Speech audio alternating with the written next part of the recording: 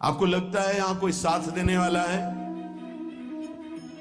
अगर आप भगवत मार्ग के पथिक हैं, अभी आपको लगता है आपका कोई है, तो अभी बहुत बड़ा भ्रम है। पूरा का पूरा परिवार जा रहा है, 1 मिनट में रोड में नष्ट हो गया। काल है, किस समय कहां कैसे, 1 सेकंड का पता नहीं। कैसे चैन से नींद आ जाती है तुम्हें?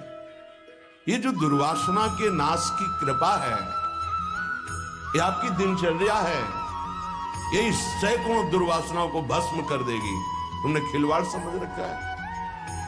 चाहे गृहस्थ हो या विरक्त हो, तुम्हें जो दिनचर्या मिली है, ये दुर्वासनाओं का नाश करने के लिए श्री कृष्ण ने कृपा करके दी है गुरुजनों के द्वारा। इसको खिलवाड़ न समझो।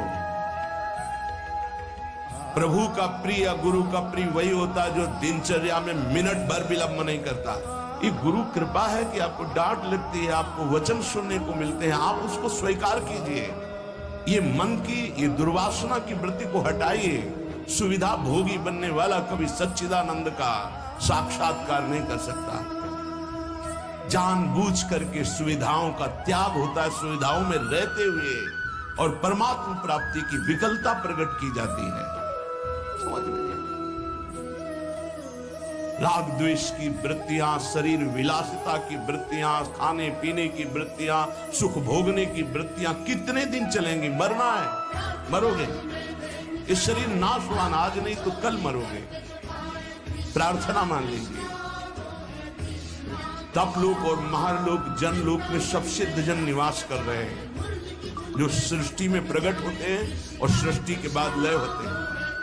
उनको एक बात का दुख पाया गया, संतों को, कि इस महान मानव देह में आकर के भी तुम भगवत प्राप्ति से वंचित हो। तुम्हें नींद कैसी ऐसी आ जाती है कि तुम्हारा भजन, तुम्हारी दिनचर्या, तुम्हारा साधन पथ रुक रहा है और तुम्हें चैन से सोना आ रहा है। तुम उपासक हो। ये जीवन हमारा प्रभु के लिए, अगर नहीं समझ पा रहे हो तो आखिरी बात समझ लो, कोई समझाने वाला तुम्हें नहीं है, कोई समझाने वाला नहीं। सिर्फ तुम्हें बर्बाद करने वाला मिल सकता है, समझा कर उठाने वाला हरि या हरि का पार्षद मिल सकता है, और नहीं मिल सकता। तुमसे मित्रता करके तुम्हारी वासनाओं को बढ़ाकर तुम्हारे चित्त को विक्षेप में भर देना, ये संसार के हर व्यक्ति, वस्तु, स्थान का प्रभाव है। तुम, तुम्हार सेवक असुरारी, 2 ही केवल बचा सकते हैं, भगवान और भगवान के भक्त।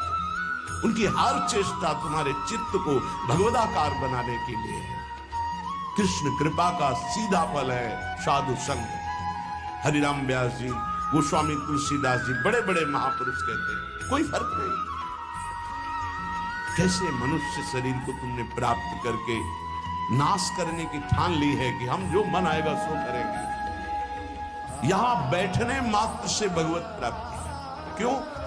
यहां खास बात, श्रीधाम वृंदावन यमुना का पावन पुलिन, और कोई मिनट ऐसा नहीं जहां यहां भगवत चर्चा ना हो रही हो, भगवत गुणगान ना हो रहा हो, भगवत नाम कीर्तन ना हो रहा हो।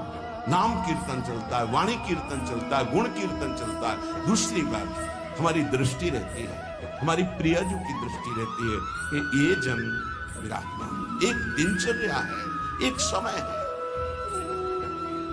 मां कृष्ण शर्वतीदम शुभलेन कृष्ण, हे कृष्ण मेरी इन दुर्वासनाओं को नष्ट कर दो। फिर प्रार्थना करता हूं सब उपासक उपासिकाओं से, गृहस्थ विरक्तों से, यदि आप हमारी श्री जी से जुड़े हैं तो आज्ञा पर ध्यान दीजिए। अगर आज्ञा पर ध्यान नहीं देते तो माया तुम पर ध्यान रख देगी, और उसके ध्यान रखने का मतलब है बैठे बैठे जलोगे, जैसे अंगार पर जला जाता है, ऐसे जलोगे।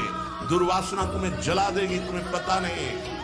जब अपनी जीवनी शक्ति प्रभु की तरफ लगती तो हरि गुरु को शीतलता प्राप्त होती, वो प्रसन्न होते हैं। जब अपनापन करके तुम्हारी जीवनी शक्ति व्यर्थ नष्ट होती है, तब जलन होती है उस अपनेपन के कारण कि तुम समझ नहीं पा रहे हो। ये आज का अभ्यास तुम्हारे लिए कल काल बन जाएगा, गलत अभ्यास तुम्हारे लिए कल ये प्रमाद बन जाएगा। प्रमाद ही मृत्यु है, शास्त्रों में वर्णन है। जो अप्रमादी है, प्रमाद रहित है, वही भगवत तत्व को जो भगवत तत्व को प्राप्त कर लेता वही निर्विकार स्थिति में परमानंद में डूबता है। माना हम लड़खड़ा रहे हैं लेकिन चल रहे हैं अपने रास्ते पे, रास्ता ही नहीं।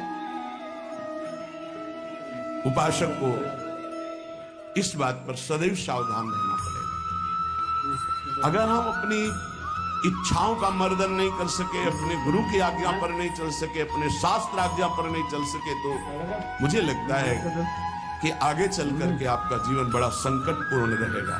संकटपूर्ण, ये विकार आपको रौंद देंगे, इसीलिए विचलित होते हैं कि आप लोग इतने